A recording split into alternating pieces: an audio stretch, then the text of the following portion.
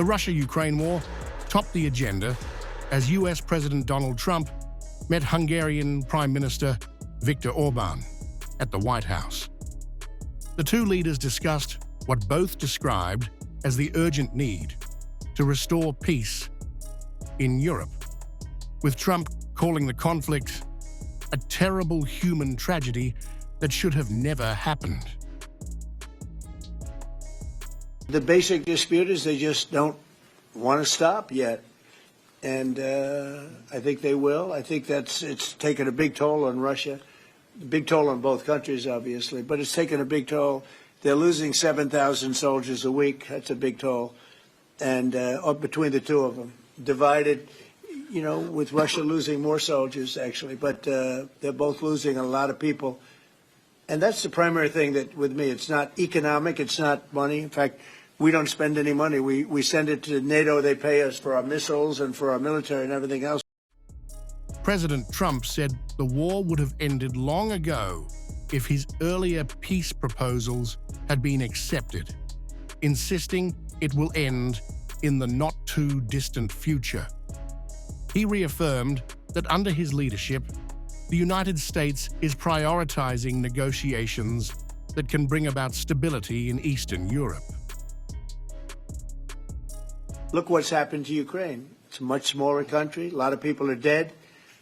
You take a look at it's a whole different world over there. And Russia has not been helped very much by that war either. They lost a tremendous number of soldiers and people. And, you know, look, that war should have been a one-week war. I don't know why it's taken. This is 4 years. Should have been 1 week. Should have been over with, but it would have never started. Should have never started. Prime Minister Orbán said he and President Trump shared similar views on stopping wars and preserving peace. He described Hungary as a pro-peace government and welcomed Trump's efforts to de-escalate the conflict. Orbán said Europe needs leaders who seek peace, not war, reflecting his long-held position that diplomacy should replace arms supplies.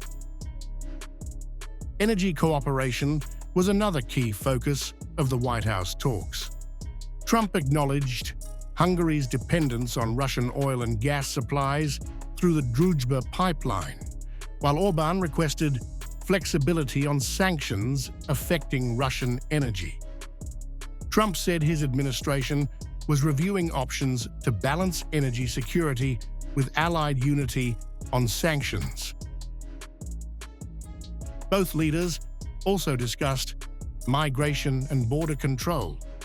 Trump praised Hungary's zero illegal migration policy, while Orbán said his government faces daily financial penalties from the European Union for refusing to accept migrant quotas. He emphasized that migration remains a sovereignty issue rather than an ideological one. Nobody can step on the territory of Hungary without having a permission from the Hungarian authorities. This is the regulation, simple, well working. What is the consequence of that? We are under sanctions, financial sanctions of European Union, because we don't let the illegal migrations to come to Hungary and to the European Union as well. So we have to pay, just to inform you, we have to pay every day 1 million euro as a punishment to the Brazilian budget, because we stopped the migrants. This is the absurd world we are living now in Europe. On defense, Trump confirmed that US troop adjustments in Europe were part of regular NATO coordination. Secretary of War Pete Hegseth, who attended the meeting, said the redeployments did not signal a drawdown, but rather a modernization of operational posture. Trump reaffirmed that America's commitment to European security remains ironclad. It's the same number, total number, but we move people around. I happen to like the Romanian people. I think they're great people. And Pete, you may want to suggest something right there, please. Absolutely. No, nothing was uncoordinated with the White House. It's all part of the view that we have of Europe, and there will remain troops in Romania, but there's some change in how we rotate. In closing, both leaders pledged to deepen cooperation on political, military, and economic fronts.